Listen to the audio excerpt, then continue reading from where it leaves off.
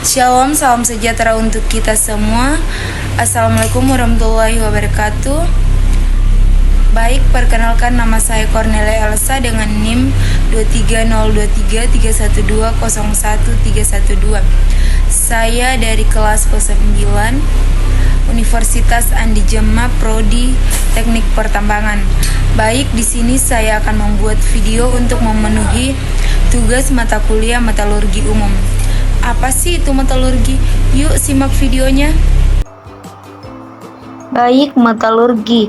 Metalurgi adalah ilmu dan teknologi yang mempelajari logam mulai dari cara mengekstraksi logam dari biji, mengolah dan memurnikannya sampai membentuk serta meningkatkan sifat-sifatnya supaya siap dipakai dalam berbagai aplikasi. Yang kedua, pengolahan bahan galian. Pengolahan bahan galian merupakan tahap awal dalam operasi teknik metalurgi yang bertujuan untuk memisahkan mineral berharga dari mineral pengotor secara fisik.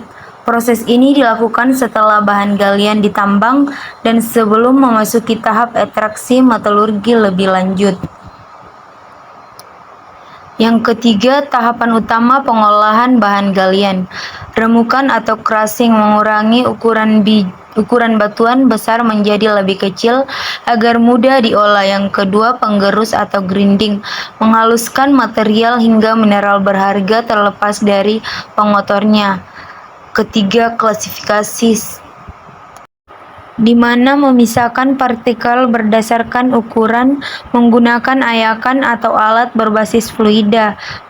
Keempat, konsentrasi atau pemisahan, di mana memisahkan mineral berharga dengan memanfaatkan perbedaan sifat seperti gravitasi, perbedaan massa jenis, magnetik, sifat kemagnetan, flotasi, sifat permukaan mineral, pengeringan dan penanganan produk. Mengurangi kadar air, menyiapkan konsentrat untuk proses berlanjutan. Yang ke pirometalurgi. Pirometalurgi adalah cabang metalurgi yang memanfaatkan suhu tinggi atau panas untuk mengekstraksi dan memurnikan logam dari biji konsentratnya melalui proses pemanasan, peleburan, dan reaksi kimia. Bertujuan untuk mengubah senyawa logam menjadi logam bebas, menghilangkan unsur pengotor. Kedua, menghasilkan logam atau mate yang siap dimurnikan lebih lanjut. Proses utama pirometalurgi. Pertama, pengeringan atau drying, di mana menghilangkan kadar air dari bahan sebelum diproses lebih lanjut. Kalsinasi, pemanasan tanpa sedikit udara untuk menguraikan senyawa karbonat dan menghilangkan zat volatil. Ketiga, roasting atau pemanggangan, di mana pemanasan dan udara untuk mengoksidasi mineral sulfida menjadi oksida. Berikutnya, peleburan atau smelting, pemanasan hingga mencair untuk memisahkan logam dari tarak. Selanjutnya, pemurnian, untuk menghilangkan pengotor agar diperoleh logam berkadar tinggi. Selanjutnya, hidrometalurgi, di mana hidrometalurgi adalah cabang metalurgi yang digunakan larutan kimia atau fase cair untuk mengekstraksi dan memurnikan logam dari biji, konsentrat atau limbah logam. Bertujuan untuk melarutkan logam berharga dari bahan asalnya, memisahkan logam dari pengotor, dan menghasilkan logam atau senyawa logam dengan kemurnian tinggi. Selanjutnya, tahapan utama hidrometalurgi. Pertama, pelindian, di mana melarutkan logam menggunakan larutan tertentu seperti asam, basa, dan cyanida. Pemurnian larutan, menghilangkan pengotor melalui pengendapan, pertukaran ion atau ekstraksi pelarut.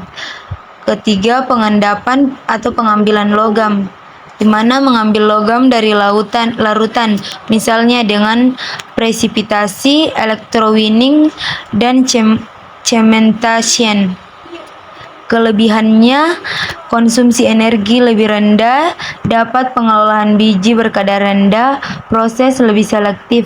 Kekurangan, proses relatif lama, dan pengolahan limbah cair lebih kompleks. Kesimpulan, pengolahan bahan galian dalam metalurgi merupakan rangkaian proses penting untuk memisahkan mineral berharga dari mineral pengotor, sehingga diperoleh logam dengan kadar dan kualitas yang sesuai kebutuhan. Proses ini meliputi tahapan presparasi, konsentrasi, ekstraksi, pemurnian, hingga pembentukan logam siap pakai. Pemilihan metode pengolahan sangat dipengaruhi oleh jenis biji, kadar logam, sifat fisik dan kimia mineral, serta pertimbangan ekonomi dan lingkungan.